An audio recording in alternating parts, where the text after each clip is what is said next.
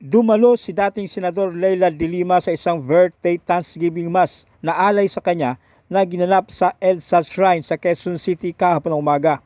Isang pray-over ceremony ang pinamunuan ni Bishop Teodoro Bacani kasama ang mga paring sina Robert Trias at iba pa na dinaluhan din ni dating Senador Bam Aquino at mga supporters sa panguna ng Solidarity for Truth and Justice para sa ika-65 Natal Day ni de Lima.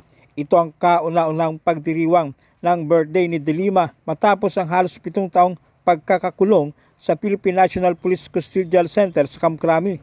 Kung matatandaan, February 2017 nang madetine si de Lima sa Camp Crame dahil sa alegasyon na nakinabang siya sa kalakaran ng iligal na droga sa New Bilibid Prison noong kalihim pa lang siya ng Department of Justice na maring pinabulaanan ang mga bintang laban sa kanya. Kaugnay nito, narito ang kanyang damdamin, Aluim. Lahat kayo, Ma'am Gail, Ma'am Balsi, sana mo, kaya ko kayong isa-isahin. Nagpapasalamat ako sa inyo, lalo na yung mga nagbibisita sa akin, yung mga nagdadala ng pagkain, nagdadala ng libro, ng kung mga ano-ano, yung mga nagpapasaya sa akin, ng mga pinapasaya ko, yung mga nagpapalakas sa akin at mga pinapalakas ko. Maraming salamat po sa inyong lahat. Mga sectoral organizations, kayo po, yung UPA, nandiyan po kayo lagi. Mga kasamahan ko po sa laban. Thank you so much. And of course, most importantly, our loving Creator. Thank you. Thank you for the gift of love, the gift of fortitude, and of course, the gift of freedom, precious freedom. So happy birthday to me.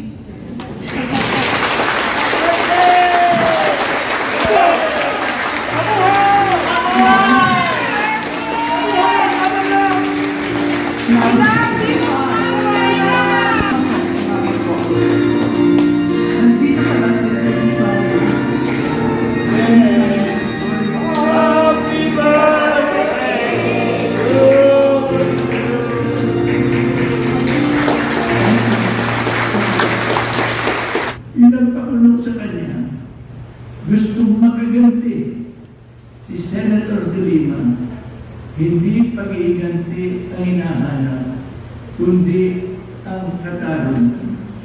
At hindi vindictive justice, kundi yung justice na naghahanap na harapin na nagkasala ang kanyang ginawang kasamaan. At ito ay pagsisihan na sa ganon hindi na magpatuloy ang kasamaan dito sa ating lipunan. Hindi tama na ang sabihin ni Senator de Lima ay salamat, nakalaya na ako. Mananahimik na lang ako. Hindi pwede yun. Sapagkat pag nanahimik ka, laban sa mga gumagawa ng hindi tama at laban sa mga nang-aapi sa ating kababayan. Pag nanahimik ka, ang mangyayari ay kakalat lamang at lalakas naman ang loob ng mga nang-aapi ngayon. Kinakailangan sila'y mapatigil. Kinakailangan kilalanin nila na hindi magtatagumpay ang mga pang-aapi na bandang huli, lilitaw at lilitaw ang tama. Justice, the wheels of justice, grind slowly, but ultimately, they achieve their job, their purpose. Maswerte po tayo at si Senator de Lima, marami pa rin tumatayong nakapaligid sa kanya.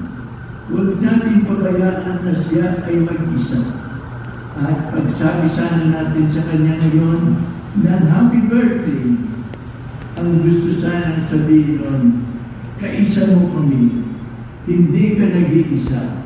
Kaisa mo kami sa paghahanap ng katarungan sa ating bansa.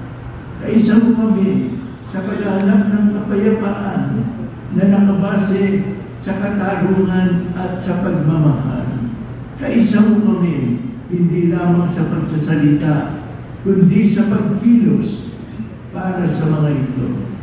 Yan ang talagang magandang handog kay Senator De Lima sa kanyang birthday. Yung cake, ubos agad. Yung handa, tapos agad.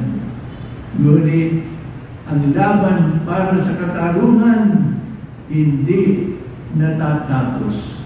Hanggang merong mga masama dito, maging tayo man yun, o maging ibang tao man yun, hanggang may kasamaan, tuloy ang laban.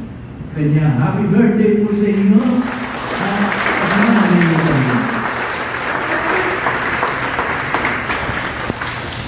Sir, birthday po ni Senator. May mensahe po kayo sa kanya? Personal ko nang sinulat doon sa libro ko, dedication, yung aking paghana kay Senator Laila De Lima. At kinagagalak ko na kabilang ako sa mga hanay niya na nagtatanggol sa katarungan, katotohanan at soberenya ng bansa. Senator Laila De Lima, para sa akin hindi siya former senator. She is always the people's senator. At nandun din tayo sa iyong karawan, Senator De Lima, at para batiin ka namin and to celebrate your life and your struggles, because your life and your struggles, yan din yung buhay ng mga nakikibakang masang Pilipino. Yung tipong tumitindig para sa prinsipyo, tumitindig sa tama, pero sila pa ang nakukulong, sila ang napaparusahan, at ang gusto natin sanang maging konklusyon sa ganyang klaseng karanasan ay yung naranasan yung pagkakulong, naranasan ninyong hindi pag-atras, pero in the end, nagkaroon ng paglaya. At yan ang sineselebrate natin sa iyong buhay kahapon. At sana'y magpatuloy ang inyong pakikibaka para sa lipunang Pilipino. At patuloy na nating makamit ang kalayaan ng lahat ng inaapi. Mula rito sa lungsod ng Quezon, Nolan Arreola nag-uulat para sa Leader News Philippines.